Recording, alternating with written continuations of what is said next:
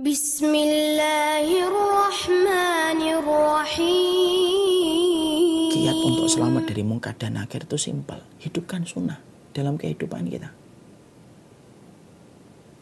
Baik yang kecil ataupun yang besar. Tidak usah ngeremehin. Karena merasa ini cuma sunnah. Gitu. Kalau mampu kerjakan. Karena kita tidak pernah tahu di antara sunnah yang kita remehkan. Manakah sunnah yang akan menyelamatkan kita di alam barzah dan akan mengangkat derajat kita nanti di akhirat. Kan kita tidak ngerti. Dan itulah sekelumit tentang mungkar dan nakir. Yang warnanya biru dan hitam yang diterangkan oleh Rasulullah. Dalam hadis riwayat Tirmidzi. Apa sih yang dibawa oleh malaikat mungkar dan nakir itu? Kemudian diterangkan di dalam satu riwayat. Sesungguhnya malaikat mungkar dan nakir itu dia membawa yaitu adalah alat pukul, yaitu mitrokoh, itu palu dari besi untuk memukul siapa saja yang kemudian tidak mampu menjawab pertanyaannya.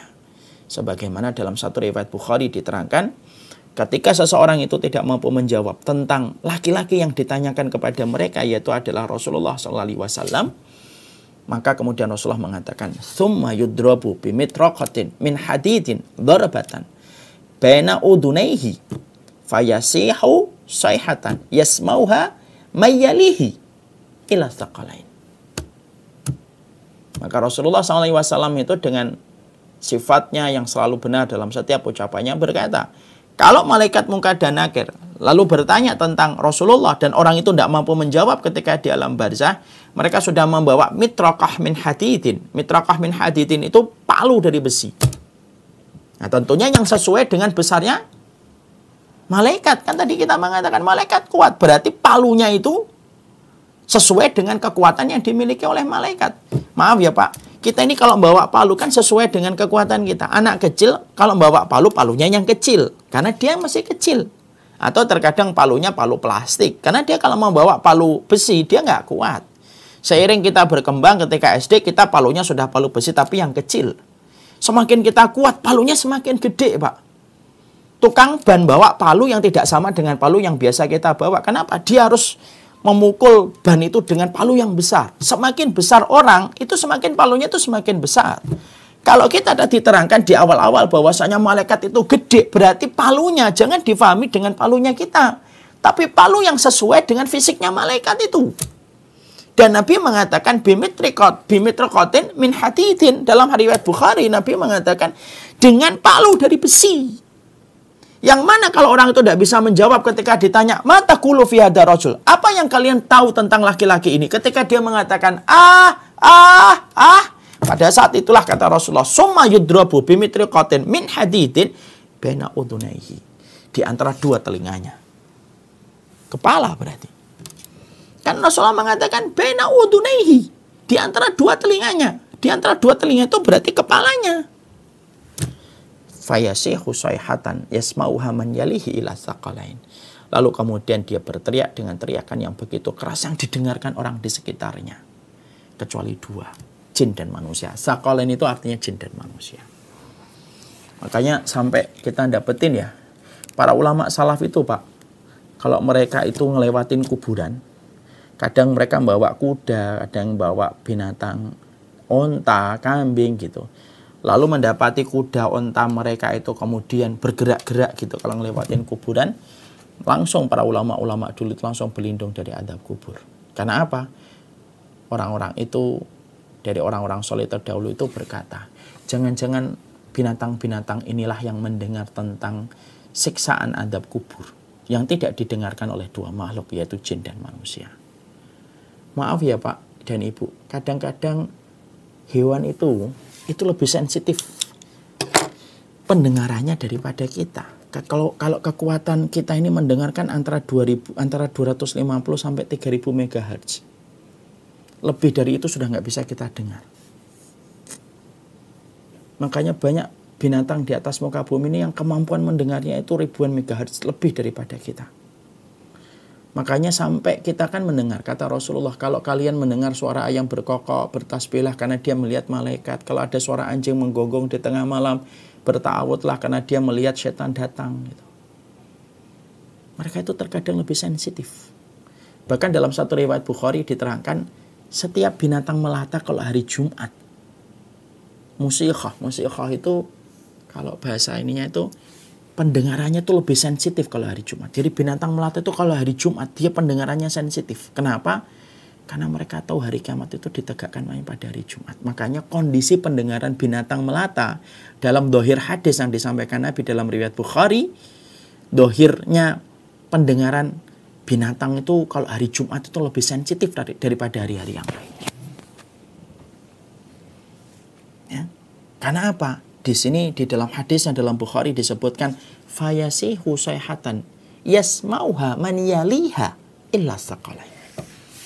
Karena Rasulullah SAW mengatakan kalau dia berteriak setiap habis dipukul sama kemudian malaikat, maka sesungguhnya teriakannya itu didengarkan oleh setiap makhluk kecuali jin dan manusia. Pertanyaan kita, mati atau tidak mati setelah dipukul? Dijawab oleh para ulama, tidak ada lagi kematian di dalam alam kubur. Sebagaimana di akhirat pun nggak ada mati. Makanya kan kita menjumpai dalam satu riwayat di dalam buku At-Tadhkirah disebutkan, nanti pada waktu hari kiamat ketika sudah ditegakkan padang mahsyar, Allah itu memanggil salah satunya. Siapa yang dipanggil? Al-maut. Ainal maut. Maut mana maut? Maut itu mana? Maut datang diserupakan oleh Allah sebagaimana domba. Ngelewatin sirat kemudian disembelih oleh Allah. Setelah itu tidak ada lagi kematian. Tidak ada lagi kematian. Makanya penduduk surga itu, penduduk neraka itu mintanya apa? Tidak minta muluk-muluk. Penduduk neraka itu mintanya mati. Itu pun tidak bisa. Kenapa? Mati sudah ditiadakan oleh Allah. Sama. Di dalam kubur itu ketika dipukul, maka tidak ada lagi mati. Dia akan merasakan kesakitan. Mana dalilnya dia tidak mati? Fayasihu sayhatan. Mereka teriak. Kalau teriak itu berarti identik mereka masih hidup. Berarti kita bisa bayangkan kan, sakit separah apa yang dirasakan manusia ketika mereka di dalam kuburnya, ketika dipukul dengan pukulan palu yang sedemikian kuatnya, tapi tidak mati. Padahal kita sering menjumpai dalam kehidupan kita itu kalau ada orang sering sakit itu sering berkata gini, ya Allah sakitnya, ya Allah lebih baik mati aja. Karena mati itu istirahat sebenarnya. Bagi orang yang menderita sakit-sakit yang berat. Tapi di akhirat tidak ada lagi kematian. Dan itu kemudian disampaikan oleh Rasulullah dalam riwayat ini. Kemudian yang berikutnya yang kita juga harus mengerti adalah bagaimana malaikat munkar dan nakir itu bisa untuk memberikan ujian kubur kepada banyak orang, Ustaz. Dalam waktu yang sama. Maka disampaikan di dalam Imam Al-Qurtubi, kalau malaikat munkar dan nakir bisa bertanya kepada para mayat sekaligus, padahal kan yang mati dalam detik yang sama banyak, yang dikuburkan bareng-bareng itu kan banyak. Terus gimana malaikat? Berarti malaikat rokib mati itu banyak gitu jumlahnya. Imam Qurtubi lalu berkata, bukankah fisik mereka besar? Malaikat itu kan fisiknya besar. Kalau fisiknya besar, mereka bisa memasuki semua tempat dari liang lahat di atas muka bumi. Saking besarnya malaikat munkar dan nakir itu. Dan itulah jawaban dari Imam Qurtubi. Nah, inilah yang menjadikan akhirnya kita mengetahui. Inilah riwayat-riwayat yang kita dapatkan tentang malaikat dan apa yang berkaitan tentang malaikat munkar dan nakir. Tentunya pembahasan ini disampaikan oleh Imam Qurtubi karena apa? Sejatinya setiap dari kita pasti berjodoh untuk berjumpa dengan malaikat munkar dan nakir. Mau mukmin, mau kafir, mau musyrik, mau munafik, mau rajin sholat, mau ahli ibadah, semuanya pasti akan ketemu munkar dan nakir. Yang membedakan cuma satu. Pasca bertemu dengan munkar dan nakir itu ada dua.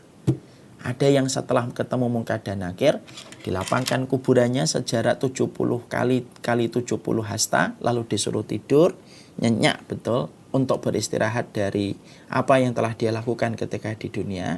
Ada yang kedua, dia akan dipukuli terus oleh malaikat itu dengan palu yang terbuat dari besi setiap waktunya sampai hari kiamat itu ditegakkan oleh Allah Subhanahu wa taala. Semoga riwayat ini menjadi sebuah peringatan bagi yang berbuat zalim. Kedoliman kamu tidak akan mampu lagi kamu pertahankan kalau sudah di hadapan malaikat munkar dan nakir. Dan ini peringatan pula bagi mereka yang berbuat jahat, bagi mereka yang bermaksiat. Kemaksiatan itu tidak akan lagi bertahan kalau sudah di hadapan malaikat munkar dan nakir. Tapi juga kabar gembira bagi yang lagi letih menutup aurat, lagi letih menjaga dari yang halal, lagi letih untuk bangun beribadah kepada Allah. Ini nanti setelah kita ketemu malaikat munkar dan nakir, setelah letihnya kita mengikuti sunnah Rasulullah, kita hanya jawab satu saja. Ini adalah Muhammad, abduhu wa rasuluhu. Maka jawaban itulah yang akan membuat kita istirahat, sebagaimana pengantin yang baru tidur, sampai nanti hari kiamat ditegakkan oleh Allah Subhanahu wa taala. Syukran ya Rabbi, syukran, hadaita qalbi, syukran.